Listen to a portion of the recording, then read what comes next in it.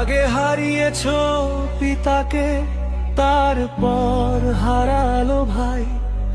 আজ জননীও চলে গেলেন, শূন্য যে সব ঠাই।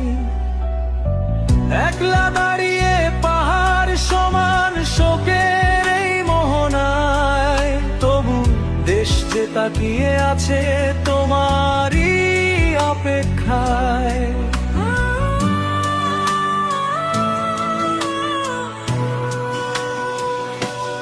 বাল্যকালেই চিনেছো তুমি হারানো সেই ব্যথা, প্রবাসে বসে শুনেছো ভাইয়ের চিরতরে চলে